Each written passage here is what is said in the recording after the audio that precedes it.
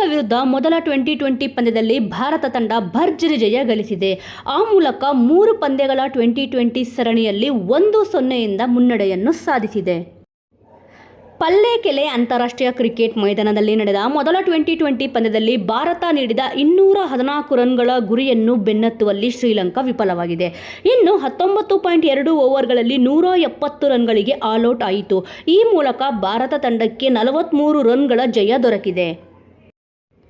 ಶ್ರೀಲಂಕಾ ಪರ ಆರಂಭಿಕ ಆಟಗಾರ ಪತು ನಿಸಾಕಂ 79 ರನ್ ಗಳಿಸಿದರೆ ಕುಶಾಲ್ ಮೆಂಡಿಸ್ 45 ರನ್ ಗಳಿಸಿದರು.